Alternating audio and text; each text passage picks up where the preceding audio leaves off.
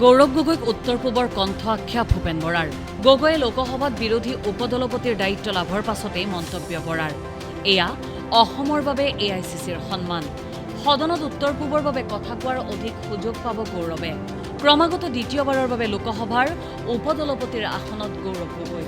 গগৈ ডাঙৰীয়াৰ যিটো পাৰফৰ্মেঞ্চ যোৱাবাৰ লোকসভাত, সেইটো গোটেই দেশৰ মানুহে দেখিছে যে দেশখনৰে এক শক্তিশালী কণ্ঠ হিচাপে, আমাৰ উত্তৰ পূৰ্বাঞ্চলৰ এক শক্তিশালী কণ্ঠ হিচাপে আৰু আমাৰ অসমৰ এখন ফেচ বুলি যাক আমি ক'ব পাৰোঁ যে ভাৰতবৰ্ষৰ পাৰ্লিমেণ্টত face of Assam, voice of north east Gaurav Gogoi ডাঙৰীয়াক দ্বিতীয়বাৰৰ কাৰণে ডেপুটি লিডাৰ দিয়াটো আমাৰ অসম কংগ্ৰেছৰ কাৰণে আৰু উত্তৰ পূৰ্বাঞ্চলৰ কাৰণে অত্যন্ত ভাল কথা।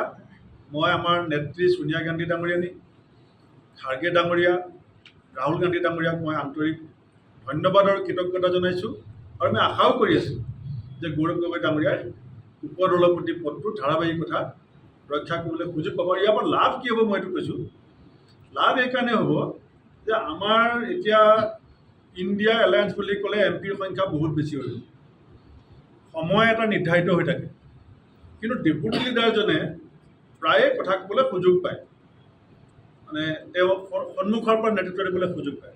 গতিকে আমাৰ অসমৰ বিষয়বিলাকৰ ক্ষেত্ৰত, উত্তৰ পূৰ্বাঞ্চলৰ বিষয়বিলাকৰ ক্ষেত্ৰত আগতে যিটো আমাৰ মনত ভাৱ আছিল যে অসম বা উত্তৰ পূৰ্বাঞ্চল সংসদৰ মজিয়াত শক্তিশালীভাৱে প্ৰতিনিধিত্ব নহয়, সেইটো আমি এতিয়া পূৰণ কৰিবলৈ সক্ষম হৈছোঁ আৰু কংগ্ৰেছৰ কেন্দ্ৰীয় নেতৃত্বই অসম তথা উত্তৰ পূৰ্বাঞ্চলকো গৌৰৱ গগৈ ডাঙৰীয়াৰ পদোন্নতিৰ জৰিয়তে যথেষ্ট গুৰুত্ব দিছে বুলি মই অনুভৱ কৰিছোঁ।